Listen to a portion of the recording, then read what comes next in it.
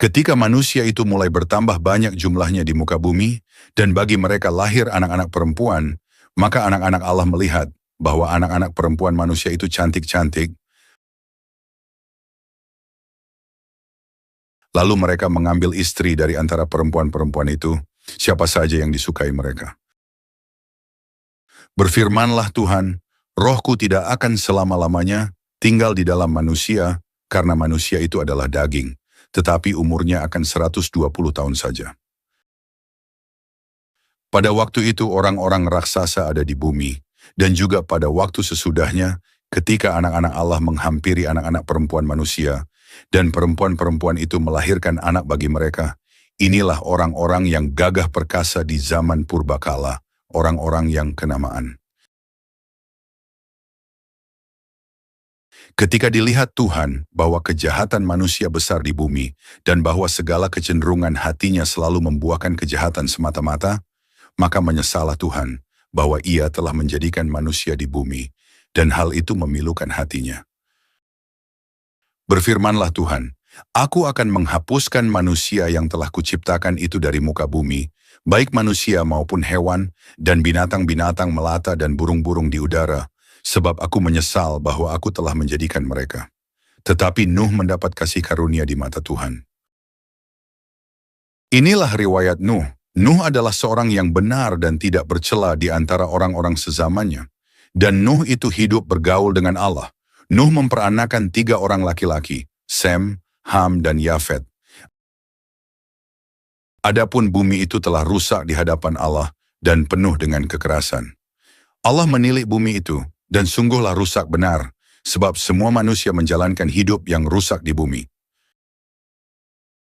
Berfirmanlah Allah kepada Nuh, Aku telah memutuskan untuk mengakhiri hidup segala makhluk, sebab bumi telah penuh dengan kekerasan oleh mereka. Jadi aku akan memusnahkan mereka bersama-sama dengan bumi. Buatlah bagimu sebuah bahtera dari kayu gofir. Bahtera itu harus kau buat berpetak-petak, dan harus kau tutup dengan pakal dari luar dan dari dalam. Beginilah engkau harus membuat bahtera itu. 300 hasta panjangnya, 50 hasta lebarnya, dan 30 hasta tingginya. Buatlah atap pada bahtera itu, dan selesaikanlah bahtera itu sampai sehasta dari atas, dan pasanglah pintunya pada lambungnya. Buatlah bahtera itu bertingkat bawah, tengah, dan atas. Sebab sesungguhnya aku akan mendatangkan air bah, meliputi bumi, untuk memusnahkan segala yang hidup dan bernyawa di kolong langit. Segala yang ada di bumi akan mati binasa.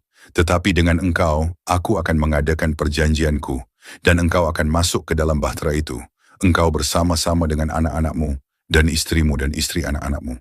Dan dari segala yang hidup, dari segala makhluk, dari semuanya haruslah engkau bawa satu pasang ke dalam bahtera itu, supaya terpelihara hidupnya bersama-sama dengan engkau. Jantan dan betina harus kau bawa.